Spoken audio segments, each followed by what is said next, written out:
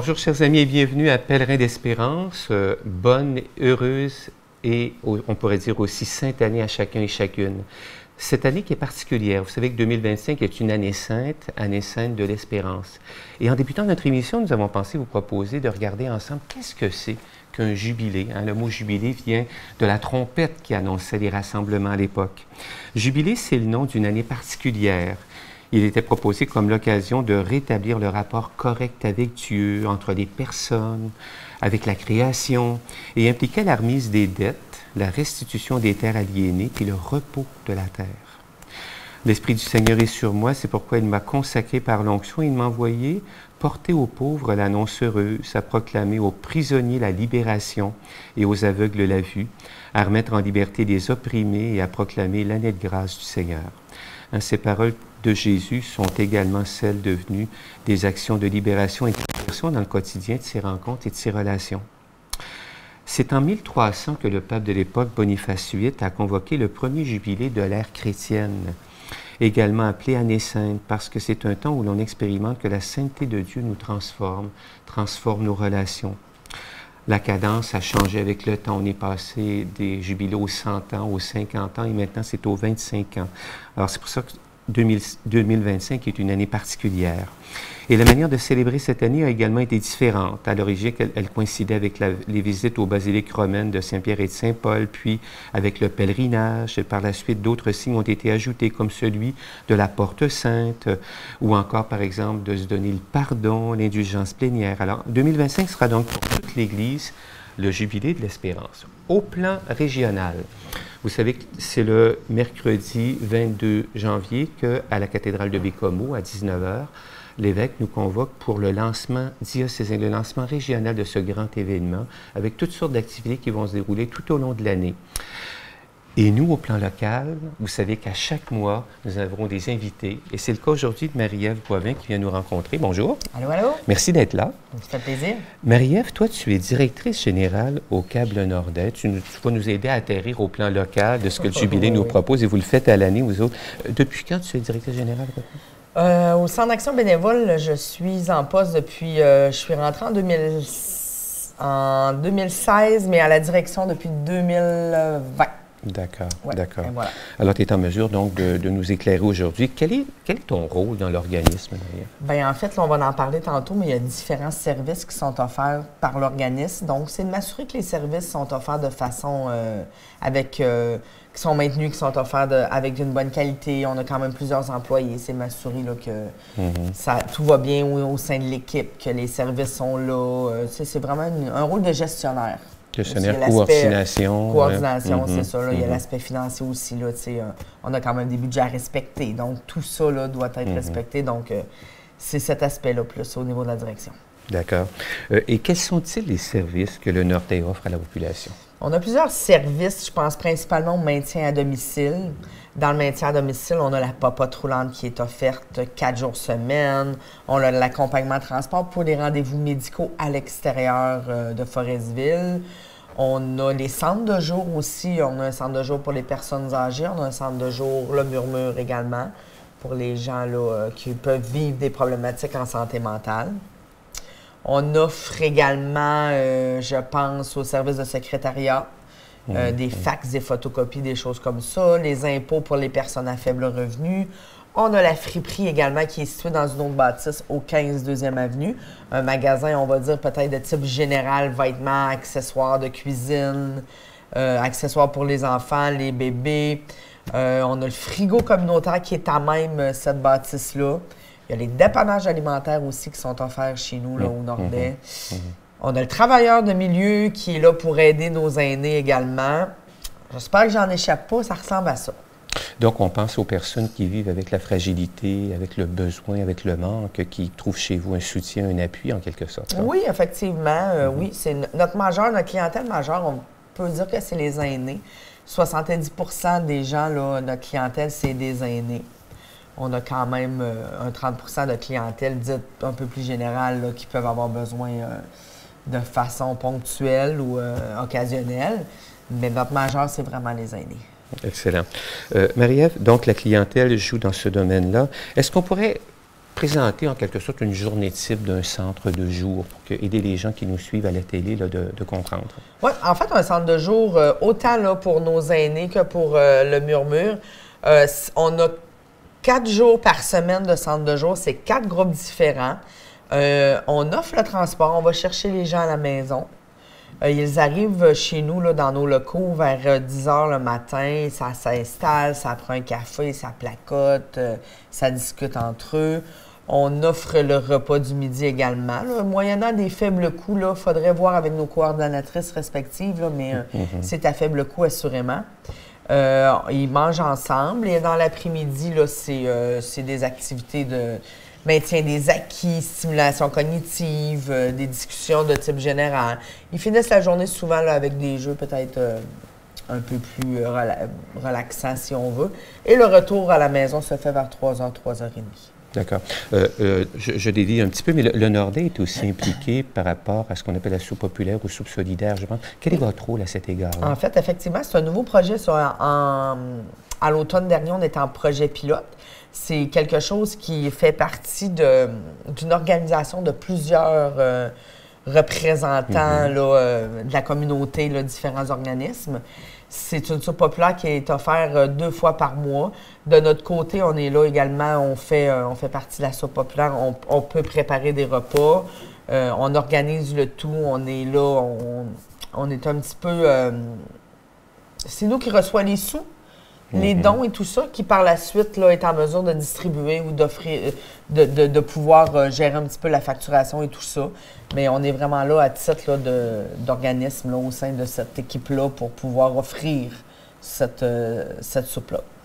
Qui, en tout cas, qui évolue bien et qui est en train en même temps de rejoindre une partie importante de la population. La popote roulante, peux-tu nous en parler davantage? Comment ça se procède? Comment est-ce qu'on peut s'inscrire et ainsi de suite? En fait, la popote roulante, c'est un service qui est offert pour nos 65 ans et plus à la base, OK?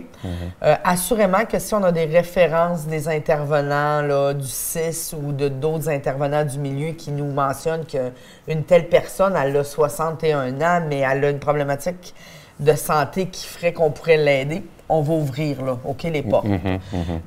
En fait, on communique avec nous au Nordais. On va parler soit avec notre coordonnatrice du maintien à domicile. Ça peut aussi être notre travailleur de milieu qui va à la rencontre de ces gens-là. On procède à l'inscription. On a un formulaire, là, puis par la suite, là, dans la façon dont ça fonctionne, les gens ils ont plusieurs choix, en fait. Ils peuvent regarder le menu qu'on met sur Internet à toutes les semaines. Ils communiquent avec nous le lundi. Bon, ben moi, cette semaine, je vais prendre le mardi, jeudi, vendredi. On appelle aussi également parce que, pour plusieurs, l'appel que l'on fait pour donner le menu du lendemain, ça peut être le seul appel qu'ils ont dans la journée. Donc, c'est sûr que j'ai Sabrina en avant qui appelle à tous les jours, là, ceux qui souhaitent avoir l'appel pour le menu du lendemain. Donc, on nomme le menu. Et par la suite, ben, on l'inscrit sur la feuille. Et ils ont la livraison, là, c'est souvent entre 11 h et 11 h 30, les mardis, mercredis, jeudis et vendredis. En s'inscrivant à la popote roulante, aucune obligation de prendre les 4 repas par semaine. On y va avec les goûts qu'on a. Si au menu, il y a, je sais pas, moi, macaroni à la viande, bien, qu'on n'aime pas ça, on le prend pas. Ouais. Personne n'est obligé. Si ça les intéresse. On a toujours, à chaque repas, on a la soupe, le repas principal et le dessert. C'est vraiment bien fait. Est-ce que vous dire, Marie-Ève, aussi que pour certaines de ces personnes-là qui ont la livraison à domicile, c'est peut-être une des rares visites de leur journée? Effectivement, effectivement. C'est pas banal de le dire non plus. Hein? Oui, nous, on a 3 bénévoles qui partent à chaque jour de popote roulante. On a un qui s'en va vers...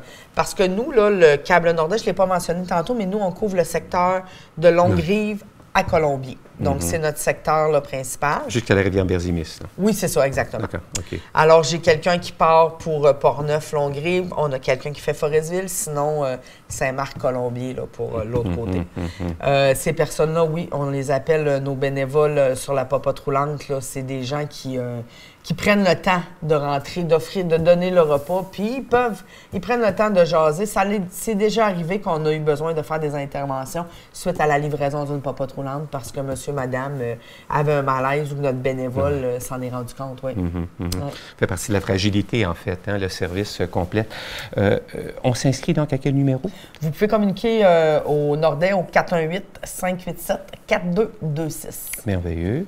Si on revenait rapidement à la friperie, grosso modo, rappelle-nous quels sont les services puis comment on peut y recourir tout simplement, à quel moment? Oui. La friperie est ouverte 5 jours par semaine, du lundi au vendredi, de midi à 16 heures. Qu'est-ce qu'on retrouve dans la friperie? C'est vraiment des choses à prix très, très modique, là, à bas prix. On a des vêtements de tout genre, autant pour les adultes, pour les enfants, pour les bébés. D'ailleurs, pour les bébés, on a vraiment une belle gamme de vêtements. C'est très avantageux. On a aussi des accessoires de bébé, des jouets, beaucoup de jouets. Tout ça, là, c'est important de mentionner que c'est des dons de la population. C'est tous des gens qui nous donnent là, les choses, qui nous sont revendus à prix modique pour les gens dans le besoin. Mais il ne faut pas s'arrêter à ça. Tout le monde sont les bienvenus à la friperie. C'est pas juste les gens dans le besoin qui peuvent y avoir accès. Bien sûr. C'est sûr qu'à l'occasion, on reçoit des meubles. Les électroménagers, c'est des choses qui nous sont demandées régulièrement, qui malheureusement, on n'a pas souvent. Frigo, des poêles laveuses, sécheuses, là, c'est des choses, quand on en a, ça part très, très rapidement. On fait le message en même temps à la population qui nous écoute. Hein? Effectivement, c'est des dons qui sont bien appréciés. On a une belle bibliothèque, on a beaucoup de livres là, qui sont sur place. On a un département de sport, on a vraiment beaucoup de patins, des équipements de hockey. L'été, quand c'est la saison du soccer, on a des souliers de soccer, on a des pads, on a vraiment beaucoup de choses au niveau du sport aussi. Accessoires de vaisselle, là, tout ce qui est bon pour la vaisselle, là, pour la cuisine, c'est-à-dire on est quand même assez bien équipé. On a un grand espace là, de magasins qui nous permet d'entreposer plusieurs choses. On a beaucoup de bénévoles qui nous permettent de faire rouler cette friperie-là, évidemment. On a notre responsable qui, elle, est là à tous les jours. Mais si ce n'était pas des bénévoles sur place, on n'aurait pas le magasin qu'on a présentement. Il y a vraiment des archanges qui prennent soin, puis qui voient, puis qui prévoient. Alors, c'est beaucoup plus, donc, que simplement le recyclage de vêtements usagés. C'est très varié comme service. Oui, absolument. C'est pas juste les vêtements exacts. D'accord. Si on disait maintenant, pour terminer, on a l'habitude, nous, de poser à chacune de nos invités, une question. Quelle serait une bonne nouvelle à partager à la population? Parce qu'on est dans l'année de l'espérance. On cherche du carburant, comme le montre notre logo, là. Bien, on peut annoncer, ça a été annoncé il y a 2-3 semaines, peut-être début décembre si je ne me trompe pas. On a un nouveau service au Nordais qui s'appelle Sécuricab. C'est des appels sécurisants qui sont offerts à nos aînés. On va parler des aînés, mais comme je mentionnais tantôt, il y a toujours possibilité d'adapter aux besoins. C'est des appels qui sont faits. Les gens peuvent recevoir un appel une fois par jour, s'assurer que tout va bien. Ils prennent l'appel, ils doivent appuyer sur une touche pour mentionner que oui, je suis à la maison, tout est beau. C'est un nouveau service qui est offert chez nous. Ça peut être aussi pour la prise de médicaments, pas oublier de prendre un médicament à telle heure, c'est des appels qui sont faits. Donc, c'est tout récent. L'information circule sur nos pages, nos réseaux sociaux, mais vous pouvez communiquer avec nous si vous voulez avoir plus d'informations. Là, on va se faire un plaisir d'en parler. Bien, merci beaucoup, Marie-Ève. Alors, on va vous souhaiter au Câble Nordais une belle et fructueuse année 2025. Merci. Puis, merci d'avoir été là. Ça fait plaisir, merci. Bye-bye. Alors, bonjour chacun et chacune. Vous êtes à Pèlerin d'Espérance de janvier 2025. Encore une fois, belle et bonne année à chacun et chacune. Avant d'aller plus loin, j'aimerais qu'on se dise un petit mot. Tout à l'heure, on a parlé donc de ce que c'est qu'un jubilé au plan international, de ce que c'est qu'un jubilé au plan régional dans un diocèse comme celui de Baie-Comeau et de ce que c'est un jubilé au plan local avec Marie-Ève Boivin qui nous a parlé au nom du Centre d'action bénévole Le Nordais. J'aimerais dire quelques mots de notre logo du jubilé de l'an 2025, Jubilé de l'Espérance. Si on regarde ce logo qui est très, très joli, comme vous le voyez, plein de couleurs, un des traits qui ressort, un des signes, un des symboles qui ressort, c'est celui de l'encre. Pourquoi un jubilé? Pour nous ancrer à travers les tempêtes de la vie, pour nous donner de la force aussi en même temps. Pourquoi un jubilé? Si vous remarquez le lien entre les différents personnages qui sont tous portés par un élan. Le jubilé de l'espérance est là pour but de nous donner cette joie d'être, cette joie d'agir, pour nous donner un élan afin de prendre soin des uns des autres. Bien, c'est un petit peu ça que le logo nous dit. Mais comme c'est une image qui vaut 1000 mots, bien, on va le laisser parler chacune de notre côté, tellement il est signifiant. Alors, on regarde ensemble, si vous le voulez, en deuxième volet, deuxième plateau, nos différents chants pastoraux où le jubilé de l'Espérance se vit encore cette année. Et notre première invitée, c'est Claire Bouliane. Claire va nous parler, qu'est-ce qui se passe, Claire, en liturgie et prière en janvier? Alors, pour janvier 2025, 1er janvier à 11 h, Sainte Marie, Mère de Dieu, la célébration du jour de l'an. Le 5 janvier, 11 h, l'Épiphanie. Le 12 janvier, 11 h, baptême de Jésus, la fin du temps de la Nativité. Du 18 au 25 janvier, semaine de prière pour l'unité chrétienne. 22 janvier, 19 h, très important, l'ouverture du jubilé 2025, année sainte de l'Espérance, à la cathédrale de Bécomo. Le 26 janvier, 11 h, dimanche de la parole de Dieu. De 8 h à 13 h, le brogne de la fabrique, à Salle Horizon, sous-sol de l'église. Le 2 février, 11 h, présentation du Seigneur au temple, c'est la Chandeleur, journée de la vie consacrée. Dans le domaine de la liturgie et de la prière, Claire, est-ce qu'on pourrait dire qu'on aurait une bonne nouvelle à partager à la population? Qu'est-ce que ce serait? Oui, on a 2 bonnes nouvelles. Ah, deux pour un, merveilleux. La première, l'aménagement d'une nouvelle galerie à l'avant du presbytère avec rampe d'accès pour fauteuil roulant. Alors, c'est très, très important. Puis on sait que pour que les personnes, évidemment, handicapées ou encore à mobilité réduite puissent venir au service de plaisir de lire, francisation, l'alphabétisation et tout ça, évidemment, ça va être plus facilité. Ils n'auront pas besoin d'être rencontrés dans un lieu public autre. Ils pourront venir sur place. Très avantageux pour eux. Tout à fait. Maintenant, la deuxième et pas la moindre, c'est l'installation de notre nouveau système de chauffage à l'église, grâce au travail de professionnels et sans oublier nos personnes bénévoles qui ont eu à démonter l'ancien système. Oui, qui ont fait ça vraiment. Voilà nos 2 bonnes nouvelles. À force de bras. Hein? Et au moment où l'émission va être diffusée, on aura aussi la sonorisation qui va avoir été revue à l'église et à la Salle Horizon. Il y avait déjà un travail qui avait été fait à l'automne, et là-dessus, M. Isidore Leblanc fait un travail formidable. Alors ça, c'est un gros plus également pour la qualité de l'entendement, qu'on soit dans la nef, dans le chœur, au jubé ou encore au sous-sol. Hein. Bien, merci beaucoup, Claire. Merci. C'est une première, je pense, pour vous en même temps. Hein? Oui, c'est une première. Pourquoi pas? Bien, voilà. Je me tourne vers Linda Ouellet. Bonjour. Linda, en formation à la vie chrétienne, annonce de la foi, est-ce qu'on a des événements particuliers qui sont porteurs d'ancrage, puis en même temps d'élan? Bien, effectivement, on a eu une activité bricolage qui a eu lieu le 4 décembre avec nos jeunes qui font une préparation à un sacrement. Et dans ce bricolage-là, on a fabriqué des cartes de Noël. Et la semaine suivante, le 11, ben, on a pris ces cartes-là et on a été les porter à la villa, à toutes les gens qui demeurent à la villa, ainsi qu'aux employés.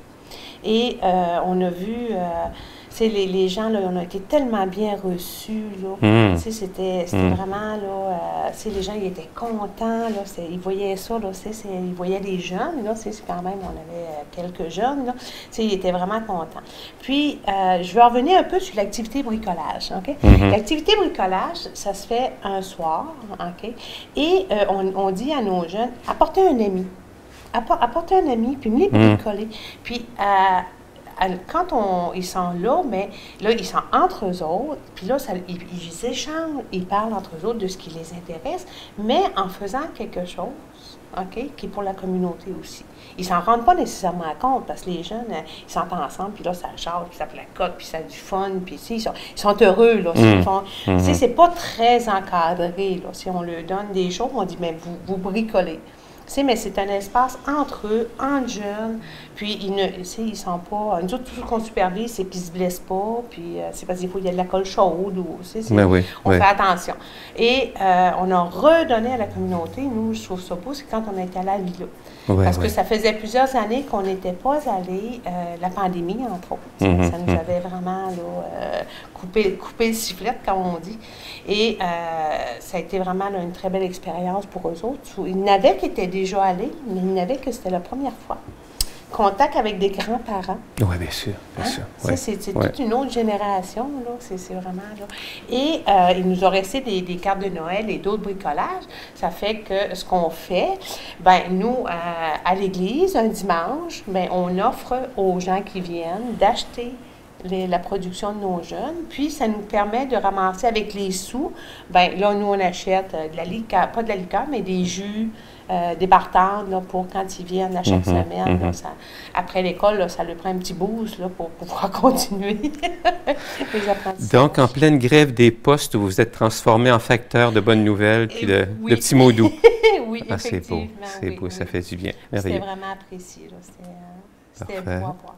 Puis en janvier, donc, les activités reprennent, j'imagine, aussi. On va avoir une pause pendant les fêtes. Bien sûr. Et on va reprendre en janvier. Et ce qui se prépare à l'aube de la fin janvier, début février, ça va être le lucernaire. Ça, c'est ma bonne nouvelle, c'est qu'on va préparer un lucernaire. Puis un lucernaire, c'est une célébration de la lumière.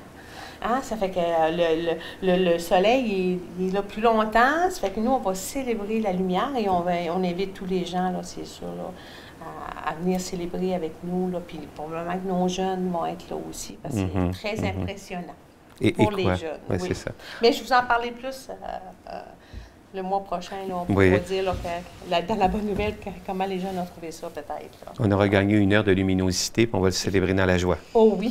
Et comment? Bien, merci beaucoup, Linda. L'autre Claire Gagné. Oui, bonjour. Allô? Dans le champ de la solidarité et partage, qu'est-ce qu'il se passe de particulier ce mois-ci? En janvier, bien, c'est sûr que on dirait que je me répète, mais je veux garder les dates bien précises, puis je veux que les gens les gardent en mémoire. Il y a toujours possibilité de s'inscrire pour les rencontres d'endeuillés, café rencontres d'endeuillés. Et c'est la raison pour laquelle que le 13 janvier 2025, en après-midi, de 13h à 16h, je serai présente dans la salle Jean-Paul II, qui se trouve être le sous-sol du presbytère, pour être là, pour écouter des gens qui veulent venir voir qu'est-ce que ça peut présenter des cafés-rencontres. Je ferai des rencontres individuelles. Et si jamais les gens, ben, on verrait, je pourrais inviter quelques personnes qui viendraient rendre témoignage de leur rencontre des cafés-rencontres. Parce qu'on a eu 7 cohortes et j'aimerais qu'on continue. C'est sûr que je comprends les gens, c'est pas toujours facile, puis c'est pas toujours évident de venir partager. Mais les gens, là, je vous le dis, venez. C'est très intéressant. Puis en plus, le beau cadeau qu'il y a là-dedans, c'est les amitiés improbables qui se créent entre vous, qui faites le partage ensemble. Et le 14 janvier, ben, je reviens avec ma soupe populaire qu'on va avoir. Et le 14 janvier, je le fais avec le groupe Le Fadoc. On va faire un repas principal aussi. C'est de 11h30 à 13h. Au sous-sol de l'église. Au sous-sol de l'église. Nous, c'est le mardi. Et ne pas oublier le 26 janvier, celle du Carrefour des Chevaliers-Colomb avec Gina. C'est au 134 rue Blouin. Et c'est à partir de 17h. Et là, ben là, on va durer jusqu'à temps qu'on va avoir du service à faire. Mais c'est un souper. Puis je pense que la formule est bonne. Le changement, on l'a vu le mois dernier. Et le changement est bien parce qu'on touche une clientèle différente. Tout à fait. Et puis, tu sais, en soirée, c'est pas comme le midi. Mais nous, le 10 décembre, quand on a fait la nôtre, on a eu une très, très, très belle rencontre. On a eu 76 personnes. Fait que c'est ouvert à tous. N'ayez pas peur, venez. C'est du partage, c'est du brisement d'isolement, c'est de la sociabilisation. Même, il y a des gens là, qui commencent à venir qui étaient malaisés un peu, mais se sont créés des petites amitiés qui se revoient là. Puis j'espère qu'on pense qu'ils vont... Puis comme tantôt, Marie-Ève vous parlait de partenariat qu'on a avec le Nord-Est, c'est merveilleux. Elle a fait notre gestion de nos argents et tout ça, mais on a une belle collaboration ensemble. C'est, comme je me répète, c'est la plus belle rencontre des ensembles d'organismes communautaires de notre communauté. Oui, qui collaborent chacun, tout à fait. Oui, oui. Tout à fait. Tout à fait. Puis, comme vous voyez, Plaisir de lire l'ont fait avec moi en décembre. Et puis, elle me disait après, elle dit, mon Dieu, elle dit, on se sent utile. Parce qu'on donne, mais on reçoit ces journées-là extraordinairement. C'est extraordinaire. Puis ils veulent même revenir. Ils vont dire, ben, j'ai dit, venez, venez. Puis si vous voyez qu'il manque des mains, un peu, vous participez à la soupe populaire. Il se fait beaucoup de travail de terrain, presque en cachette. Hein? Et là, tout à coup, tiens, il y a une occasion où les gens vont être visibles, puis en même temps rendre service à l'ensemble de la communauté, puis aux personnes qui sont dans le besoin ou encore qui auraient besoin d'être en lien avec d'autres, créer des liens. Merveilleux. Est-ce qu'on aura une bonne nouvelle à annoncer? Bien, la bonne nouvelle est un peu dans tout ce que j'ai dit, c'est que c'est la collaboration, puis c'est le plaisir de voir que ça fonctionne, puis qu'on y tient tellement à cœur, parce que, comme je disais, quand je suis allée présenter le projet à la MRC avec Gina, je leur disais que nous, on est de la communauté, on est la participation citoyenne, mais entourée avec des équipes extraordinaires. Moi, c'est l'élan qu'ils nous donnent, et aussi, c'est la sécurité de dire, ben c'est crédible, ça va aller d'avant. Puis on va tenir tant qu'on va être capable, avec Gina et son conjoint, qui, elle remplace Éric Lapointe, qui est le chevalier colon responsable. On fait vraiment un beau team avec tous les autres organismes, le CIUS, maintenant Santé Québec, puis la Ville qui participe avec nous. Puis on a la MRC, on a Centraide qui nous appuie, qui Centraide a dit tant aussi longtemps qu'on va vouloir fonctionner, on va y aller. On voudrait faire toutes les semaines, mais ça demande beaucoup de travail bénévole, parce que quand on la prépare, comme moi le 10, là, ça a pris comme 2 jours et demi. On veut servir quand même quelque chose de bien. Fait que, merci beaucoup. C'est notre bonne nouvelle de l'année. Merci beaucoup. Alors, on voit bien que tout au long dans nos activités, à la fois, il y a de l'ancrage qui se fait et de l'élan qui se donne pour cette année de l'espérance. Et on tient à vous dire à vous, auditeurs et auditrices qui nous suivez, bien, merci d'être là. Et c'est à votre tour maintenant d'être aussi, pour les gens que vous rencontrez, ancrage de solidité dans la fragilité, puis en même temps, élan d'espérance pour une vie nouvelle. Alors, merci d'avoir été là. Lorsqu'on se reverra, on va vous parler de ce qui s'est passé au plan international, parce que ce sont les médias qui vont être invités par le Saint-Père à Rome en janvier. Et en février, on aura plein de choses qui vont venir. On aura des nouvelles du diocèse pour le projet régional, et on aura encore de belles choses à vous raconter au plan local. Alors, on se dit à la prochaine. Portez-vous bien. Soyez des pèlerins d'espérance. Au revoir.